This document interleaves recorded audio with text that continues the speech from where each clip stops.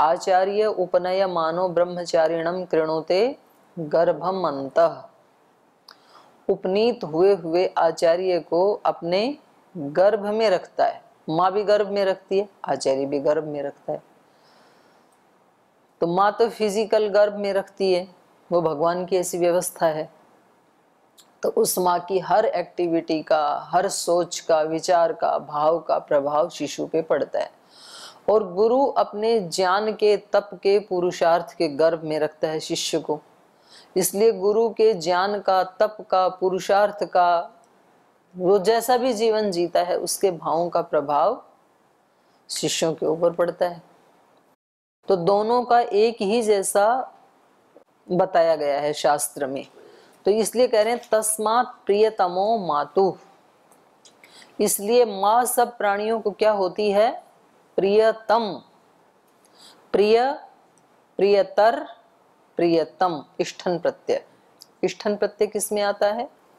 पराकाष्ठा में, जिससे ऊपर कुछ भी नहीं है। तो ये कह रहे हैं प्रिया एवतु बांधवा। बाकी जो भी भाई बंधु और जो भी रिश्ते नाते होते हैं वो सब क्या होते हैं? प्रिय। और माता के साथ रिश्ता क्या होता है? प्रियतम। प्रियतमो मातुः प्रिया एवतु बांधवा।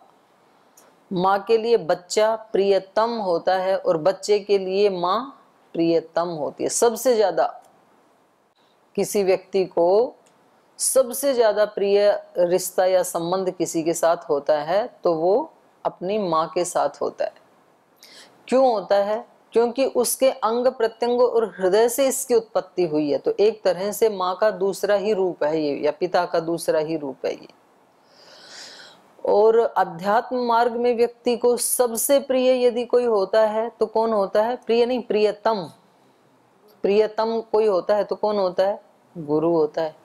क्योंकि इस रास्ते में आने के बाद उसके जो केंद्र में होते हैं वो दो ही सत्ताएं होती हैं, एक गुरु एक भगवान। बाकी रिश्ते नाते तो उसने छोड़ ही दिए। भगवान दिखता नहीं है। भगवान दिखेगा तो गुरु के बताए मार्ग पे चलने से। तो गुरु को मीडिएटर बनना ही पड़ता है ना। तो इसलिए जिसको वो जानता है, जिससे वो प्रेम करता है, जिसको वो सर्वाधिक चाहता है, वो कौन होता है? गुरु। तस्मात् प्रियतमो मातु प्रिया एवतु बांधवा। बाकी जो भी रिश्ते नाते हैं उनमें प्रियता होती है और गुरु और माता पिता के साथ प्रियतमता होती है। और कह रहे हैं आपने ऐसे ही एक रिश्ते का खंडन कर दिया है। श्री राम और माता कौशल्या में भी तो ऐसा ही रिश्ता था ना। आपने पहले मेरे और आपके बीच में रिश्ते को ध्वस्त कर दिया, माँ बेटे के रिश्ते को। दूसरा, श्री राम और कौशल्या के बीच का जो रिश्ता था उसको भी नष्ट कर दिया।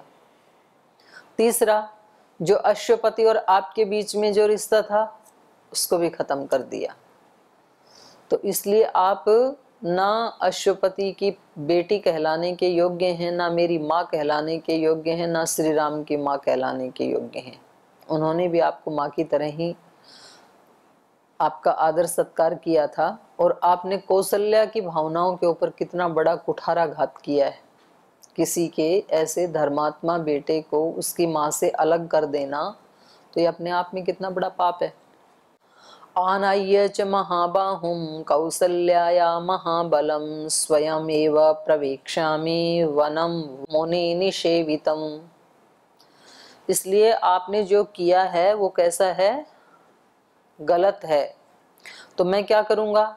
महाबाहुं महाबलम आनाय्य, उस महाबलवान श्री राम को, महाभुजाओं वाले महान बलवान श्री राम को आनाय्य ला करके वन से लेके आऊंगा उनको।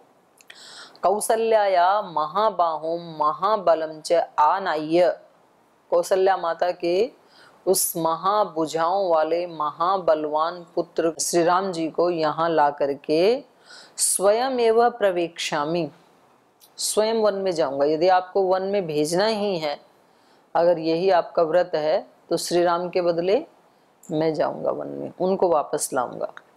स्वयमेव प्रवेक्ष्यामि वनम मुनि निषेवितम, मुनियों के द्वारा विशेष रूप से सेवित, अर्थात ऋषि मुनि जहाँ पर रहते हैं, ऐसे उस दंडकारण्य में यदि कोई जाएगा तो वो मैं ही जाऊंगा और श्री राम को मैं वापस उनकी माता जी के पास लाऊंगा।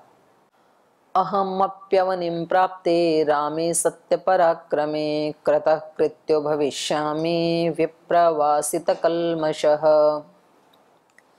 और कह रहे हैं अहम अपि अवनिम प्राप्ते रामे सत्य पराक्रमे रामे अवनिम प्राप्ते अहम अपि कृतकृत्य भविष्यामि।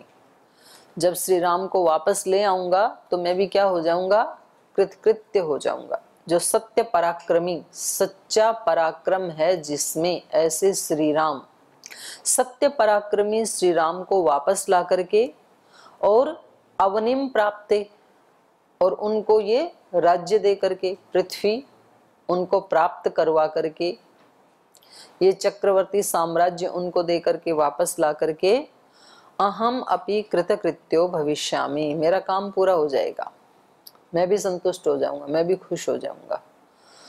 तो ये देखो ना, ये समझ की तो बात है। कोई राज को प्राप्त करके कृतकृत्य होना चाहता है और कोई उस राज्य को छोड़ करके कृतकृत्य होना चाहता है। तो देखो दोनों माता और पुत्र के ज्ञान में भी कितना अंतर है। माता उस राज्य को प्राप्त करके कृतकृत्य हो जाऊंगी ऐसा सोचती हैं, इसलिए उन्होंने इतना बड़ा ये सब रच डाला। कैसे भी हो, वो कुछ लोग उसमें, कल मैंने बाद में देखा वो फेसबुक पे वो डालती हैं अर्पिता जी लाइव, तो किसी ने लिख रखा है, बोल जी अगर माता कैकेयी नहीं होती तो रामायण ही नहीं होती। तो ठीक है, किसी भी ढंग से व्यक्ति सोचते हैं, ठीक है, हर चीज का अपना एक महत्व है, उसकी हम मनाही नहीं कर रहे हैं।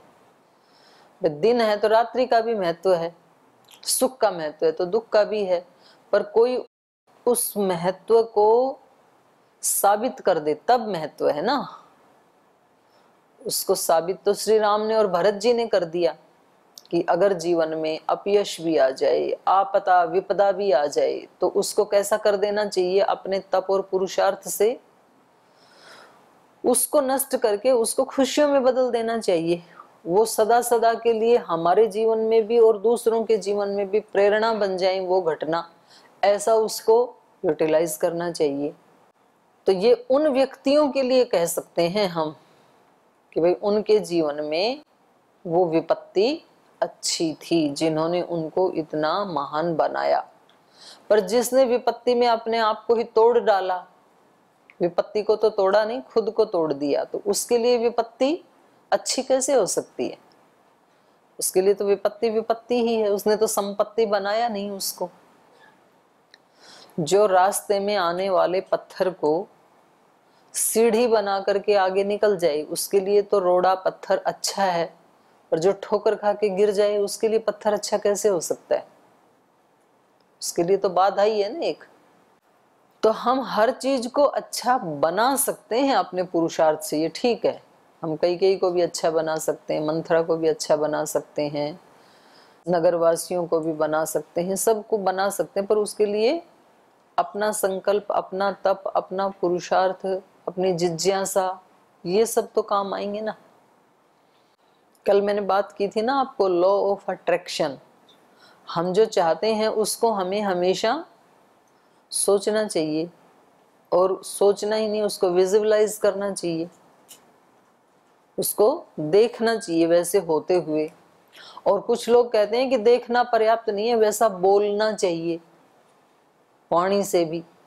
कुछ कहते हैं देखना और बोलना पर्याप्त नहीं है, वैसा अपने डायरी में भी लिखना चाहिए। इसलिए कई जो महात्मा हैं वो अपने शिष्यों से लाखों लाखों करोड़ों करोड़ों वो मंत्र लिखवाते हैं, कोई भी गुरु मंत्र जो उनको दीक्षा देनी है, बोले पहले इसको 1 करोड़ बार लिख करके लाओ डायरी में, फिर हम आपको दीक्षा देंगे, ताकि वो चीज बहुत स्ट्रांग बन जाए।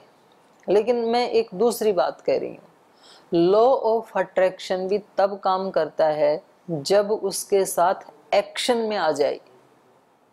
जब आप अट्रैक्शन के साथ एक्शन में आएंगे तब वो काम करेगा, बिना एक्शन के काम नहीं करेगा। जैसे धरती में गुरुत्वाकर्षण अपना काम कर रहा है कि नहीं कर रहा है, हर चीज को नीचे खींच रहा है ना। न्यूटन ने इसके बारे में बोला, सेब नीचे क्यों गिरा? गुरुत्वाकर्षण के कारण, ग्रेविटेशन, लॉ ऑफ ग्रेविटेशन। लेकिन वो गुरुत्वाकर्षण भी कब काम करेगा? जब सेब वहां से एक्शन में आ जाएगा। जब सेब एक्शन में नहीं आए, वहीं की वहीं है, तो धरती उसको खींच सकती है क्या? पेड़ पे लगे हुए को धरती खींच नहीं सकती ना। कब खींचेगी? जब वहां से छूट गया वो, जब वो एक्शन में आया, तब ये लो काम करेगा। तो सारे नियम, रित नियम जो हम संध्या में भी बोलते हैं, ऋतंच सत्यम चाभिधात तपसो अध्यजायत, सारे रित नियम भगवान के इस सृष्टि में काम कर रहे हैं। अच्छे लोगों की सहायता करने वाले नियम भी काम कर रहे हैं, बुरे लोगों को दंड देने वाले भी लोग काम कर रहे हैं। लेकिन वो काम कब करते हैं? जब वो व्यक्ति एक्शन में आए, वैसा एक्शन भी करे। तो इस व्यक्ति को पुरुषार्थ की महिमा सदा से, वेद से लेकर के दर्शन, उपनिषद, शास्त्र, नीति शास्त्र और जो महापुरुषों के अनुभव, सबने यही बात बताई है। तो ये कह रहे हैं कि मैं तब कृतकृत्य हो जाऊंगा। मैं ये कह रही थी कि एक एक व्यक्ति की समझ देखो। कई को लगता है सारा धन, राज्य सब प्राप्त करके मैं कृतकृत्य हो जाऊंगी, इसलिए उन्होंने इतने बड़े घटनाक्रम को अंजाम दिया। भरत जी को लगता है कि मैं ये सारा का सारा राज्य जिसका है उसको दे करके कृतकृत्य हो जाऊंगा, जिसका हक है इसके ऊपर, जिसका ये है, मेरा तो है नहीं। ऐसे ही साधक कब कृतकृत्य हो जाता है? वो कहता है ये सब भगवान का है, ईशावास्यम इदम सर्वम यत्किंच जगत्याम जगत, और मैं ये सब भगवान के चरणों में समर्पित कर दूंगा जिस दिन, उस दिन मैं कृतकृत्य हो जाऊंगा। सारे जगत में मेरा शरीर भी आता है कि जगत से अलग है? हमारा शरीर उसी जगत का ही एक पार्ट है कि अलग है? अलग है। भूल बस यही होती है, हम सारा जगत बोलते ही पृथ्वी, नदियां, पर्वत, घर, मकान, सब लोगों को तो गिन लेते हैं, खुद को बचा लेते हैं। बोले ये सब भगवान का है, और ये इसको भूल ही जाता है, ये भी भगवान का ही है। ये शरीर, ये इंद्रियां, मन, बुद्धि, पूरा अस्तित्व आत्मा को छोड़ के, और आत्मा भी परमात्मा के अधीन है। उसका अपना बल तो बहुत न्यून है, बहुत कम है। पर इस सब को भगवान के अर्पित करना, तब ये आत्मा कृतकृत्य हो जाता है। इसी को ईश्वर प्रणिधान कहा है। लेकिन हमारा अहंकार, हमारे बनाए हुए संस्कार इतनी जल्दी से समर्पण करने देते नहीं हैं। अच्छा तो लगता है सुनने में, करने नहीं देते। करने में तो जब ये कहे ना भाई अभी अंतर्राष्ट्रीय योग दिवस हो रहा है और आप उस स्थान पे जाओ, नहीं वहां मेरी इच्छा नहीं, मैं तो इधर जाऊंगा। इतने छोटे छोटे कामों में भी आड़े आते हैं हमारी पसंद नापसंद। और कोई तो कहते हैं मेरी तो इच्छा नहीं, मैं नहीं जाऊंगा। कोई कहता है मेरी तो इच्छा है, मैं तो वहां जाऊंगा, दक्षिण भारत में जाऊंगा, मैं तो उत्तर भारत में जाऊंगा। ये कद्दू की सब्जी बना दी, आज तो मैं खाना ही नहीं खाऊंगा, तो मेरी इच्छा नहीं है। हम काफी अपनी इनको देख सकते हैं कि समर्पण अभी कितना और करना है। सब कुछ भगवान का है, शरीर भी भगवान का है, फिर भाव भी, कर्म भी, सब भगवान का है। तो ऐसे तो लोग फिर बहुत गुरु नानक देव जी जैसे हो जाते हैं, महात्मा बुद्ध जैसे हो जाते हैं, फिर भगवान राम और कृष्ण जैसे हो जाते हैं। फिर आप कल्पना तो करो, जिस व्यक्ति को शाम को कहा था कि सुबह तुम्हारा राज्य अभिषेक होना है, उसके महल में सत्संग हो रहा है, भजन हो रहा है, पार्टी हो रही है, सब नए नए कपड़े पहन के सजे धजे हैं। वो स्वयं भी सुबह ब्रह्म मुहूर्त में उठ करके संध्या, उपासना, भगवान का स्मरण, स्तुति सब करके, और ये भाव लेकर के आए हैं पिता से आशीर्वाद लेने की, बस अब थोड़ी देर में राज्य अभिषेक होने ही वाला है।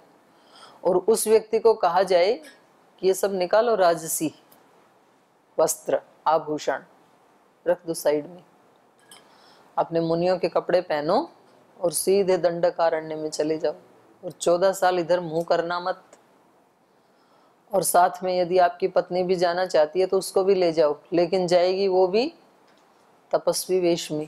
तो सोचो उस व्यक्ति के ऊपर कितना दुख का पहाड़ आया होगा। और उन्होंने क्या सोचा होगा, उन्होंने इस चीज को जिया होगा, ईशावास्यम इदम सर्वम यत्किंचे जगत्याम जगत। ये शरीर भी भगवान का है। जैसे ये सारी सृष्टि उसकी मर्जी से चल रही है, वैसे ये जीवन भी उसकी मर्जी से चले। वो जैसे चलाना चाहता है, वनवास में ले जाना चाहता है तो ठीक है, वनवास में जाते हैं। यहाँ रखना चाहता है तो ठीक है, यहाँ रहते हैं। रिएक्ट ना करे। एक जन्म की साधना या अल्पकाल की साधना से ये सिद्ध नहीं हो सकता है। और ये साधना दिन भर के जो छोटे छोटे काम हैं उसमें साधक को अपनी ही इच्छा से साधनी होती है। कहाँ कहाँ मुझे अपनी मनमानी को एक कदम पीछे हटाना है और दूसरे को करने देना है जानबूझ के। हम चाहते तो उसको रोक सकते थे, हमारे पास वो पावर थी, लेकिन हमने उसको क्यों करने दिया? ताकि हमारा एक छोटा सा संस्कार बन जाए, जब हम अपनी मनमानी ना करके दूसरे की इच्छा को महत्व दे सकते हैं। ऐसे अपनी इच्छा से छोटे छोटे अभ्यास करता है साधक खुद, करते करते उसकी पावर बढ़ जाती है फिर। और छोटा छोटा यदि नहीं किया जा रहा है तो फिर बड़े की आशा भी कर नहीं सकते। फिर केवल पुस्तकों में रहेंगी बड़ी बड़ी बातें और बड़े बड़े भाव और बड़े बड़े विचार, या तो वाणी में रहेंगे या तो पुस्तक में रहेंगे, फिर रियल में नहीं होंगे। तो ये जो लोग हैं श्री राम श्री कृष्ण, कभी भी व्यक्ति को ये नहीं सोचना चाहिए कि भाई अगर हम साधना कर रहे हैं तो हमारे जीवन में कोई कष्ट नहीं आना चाहिए। फिर भक्ति भाव की साधना की कसौटी लोक में क्या माना जाता है कि भाई जो भगवान के भक्त हैं साधक हैं उनके जीवन में तो कोई दुख नहीं आना चाहिए। और यदि कोई दुख आ रहा है तो ये काहे की भक्ति, ये काहे के भक्त, ऐसा बोलते हैं ना लोग, बोलते भी हैं लोग। लोग बोलते हैं अरे तू तो रोज हवन किया करता था, तेरे जीवन में ये बीमारी कहां से आई? अरे तुम तो रोज मंदिर जाते थे, बड़ा दान देते थे, तुम्हारे यहाँ इतना लॉस कैसे हुआ? लोग तो उसी के साथ कोरिलेट करते हैं।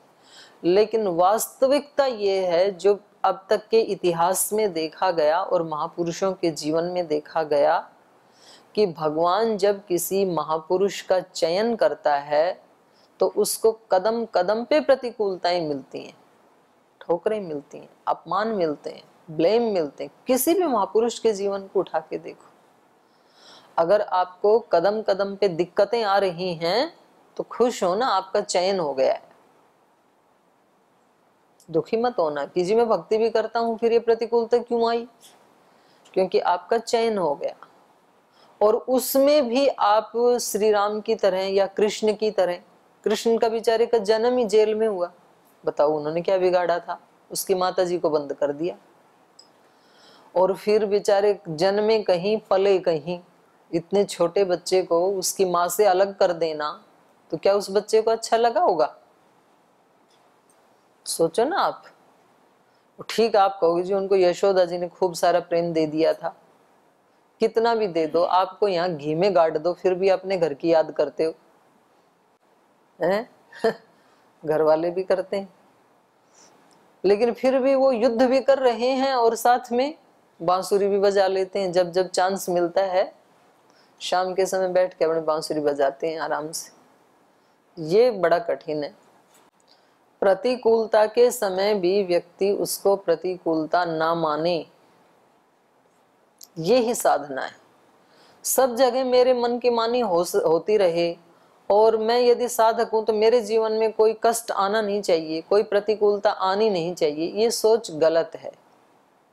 भगवान जिसका चयन करते हैं, अपवाद रूप में किसी के जीवन में ना आया हो तो ना आया हो, लेकिन 99% भगवान ने जिनको चुना उनके जीवन में कदम कदम के ऊपर प्रतिकूलताएं आई, उनका अपमान हुआ, उन पे आरोप लगे, वो सब आया, क्योंकि वही तो श्रृंगार था उनके जीवन का।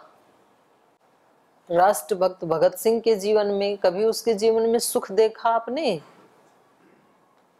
जो उसकी युवावस्था थी जो उसके अगर लोक की भाषा में कहें तो खेलने के, कूदने के, खाने के दिन थे, वो तो सब जेलों में बीते, वो तो सब केस मुकदमों में बीते। तो क्या कोई व्यक्ति कह सकता है कि भाई ये काहे के देशभक्त? अगर देशभक्ति इतनी अच्छी होती तो इनके जीवन में तो कोई कष्ट नहीं आना चाहिए था। वो कष्ट ही उनकी भक्ति को निखारने वाला है। छोटी छोटी प्रतिकूलताएं, छोटे छोटे हमारे जो मन के विचार हैं उनका विघटन होना, यही साधना है, यही उसकी पहचान है साधक की। भगवान उसकी मनमानी एक भी होने ही नहीं देते हैं। जिसको अपना भक्त बनाते हैं ना, उसकी मनमानी नहीं होने देते। और जिसकी मनमानी होती है वो समझ लेना भक्त से दूर है वो अभी। क्योंकि भक्त होने के लिए अहंकार को तोड़ना बहुत जरूरी है। उसके लिए समर्पण, ईश्वर प्रणिधान बहुत जरूरी है। भगवान जो चाहते हैं वो अपने भक्त से करवाते हैं, भक्त जो चाहता है वो नहीं करते। प्रहलाद भक्त को देखो, मीरा को देखो, नरसी को देखो, किसी को भी देखो आप, गुरु नानक देव जी को देखो, महात्मा बुद्ध को देखो, श्री राम को देखो, श्री कृष्ण को देखो। तो ऐसे ही यहाँ भरत जी को भी देखो। भरत जी एक चुनी हुई आत्मा है, सेलेक्टेड आत्मा है एक, तो इसलिए राम जी एक महान आत्मा है। तो इनके जीवन में क्या आ रहे हैं? राम जी के जीवन में आपको कहीं सुख दिखाई दे रहा है? बचपन से लेकर के, जब पहले बचपन में राजघराने में लालन पालन पोषण होना चाहिए था, तब तो विश्वामित्र जी मांग के ले गई। तो जीवन कहाँ बीता? गुरुकुल में, सीधा सिंपल खाना पीना रहना, तपश्चर्या का जीवन। वहां से शादी करके घर में आए और पिता ने कहा कि राज्य अभिषेक कर देते हैं, अच्छे दिन आ गए अब हमारे। तभी फिर वन में जाना, फिर वन में भी चलो ये सोचा कि चलो पत्नी भाई साथ हैं तो कोई बात नहीं, हम यहाँ भी अपनी एक छोटी सी सुख की दुनिया बसा लेंगे, हम 14 साल सुख चैन से जी लेंगे, साधना कर लेंगे, कोई बात नहीं। वहां भी रावण आके टपक गया। फिर रावण के साथ कितना लंबा संघर्ष, फिर उसको खत्म करके आए होंगे शायद कि चलो अब तो जीवन का सारा संघर्ष टल गया है। उसके बाद फिर सीता का वनगमन। सुख मिला कब? जो साधक होते हैं वो लौकिक सुखों के लिए जीते नहीं हैं, और प्राय उनके जीवन में लौकिक सुख आते भी नहीं हैं और उनको अभिप्सा भी नहीं होती है। वो तो जितने जितने उन अग्नियों से बाहर निकलते हैं उतना उतना उनका आत्मबल बढ़ता है और वो उनको अंदर से शांत रखता है, उनको विचलित नहीं होने देता। श्री राम के जीवन में ये जो घटनाक्रम जो हम पढ़ रहे हैं, इन्होंने उनके कद को और थोड़ा सा बढ़ा दिया, ये विचलित नहीं हुई, इसलिए अंदर से बहुत प्रसन्न है श्री राम। हमारे को लग रहा है कि बेचारे कितने दुखी हैं, देखो बाहर चले गए। उनसे पूछे तो परम सुखी हैं कि मैंने अपने पिता के सत्य की प्रतिज्ञा का पालन करवाया और मैंने अपने भी पुत्र धर्म का पालन किया। और आप किसी दिन अपने कर्तव्य का ऐसे पालन करके देखना कि दूसरे व्यक्ति ने तो मेरा प्रतिकार कर दिया था, अपराध कर दिया था मेरे प्रति, लेकिन मैंने इसको दंड नहीं दिया। इसने तो मेरे को उल्टा बोल दिया था लेकिन मैंने इसको उल्टा नहीं बोला। तो आपकी आत्मा को शांति मिलेगी और बल बढ़ेगा उससे। यहां मैं चाहता तो मैं अपनी मनोकामना पूरी कर सकता था, लेकिन मैंने इसकी पूरी होने दी, अपनी नहीं की, तो उससे बल बढ़ेगा। तो यही यहाँ पर बता रहे हैं, भरत जी कह रहे हैं कि जब मैं श्री राम को वन से वापस ले आऊंगा और उनका राज्य उस सत्य पराक्रमी श्री राम को दे दूंगा तो मैं कृतकृत्य हो जाऊंगा। कृतकृत्यो भविष्यामि विप्रवासित कल्मष, और मैं स्वयं अपने कल्मशों को मार्जित कर दूंगा, धो डालूंगा। जो मेरे ऊपर ये पाप आ गया, इस पाप को मैं कब धो सकूंगा? जब मैं खुद वन में चला जाऊंगा मुनिवेश धारण करके और श्री राम को ला करके यहाँ उसका राज्याभिषेक कर दूंगा। तो ठीक मौके पे ही पता लगता है कि व्यक्ति की आध्यात्मिक उन्नति कितनी है। तो यहाँ श्री राम की आध्यात्मिक उन्नति सबसे ऊपर, भरत जी की आध्यात्मिक उन्नति उससे भी ऊपर, लक्ष्मण जी की उससे भी ऊपर, सीता माता की उससे भी ऊपर। यहाँ होड़ लगी हुई है त्याग की, कौन कितना त्याग करे। और लोक में होड़ लगी रहती है हथियाने की, कौन कितना हथिया ले, अपने कब्जे में कर ले, अपने अंडर में कर ले। ये दोनों रास्ते अलग अलग हैं। तो आज समय हो गया, आज यहीं विराम लेते हैं, शेष कल।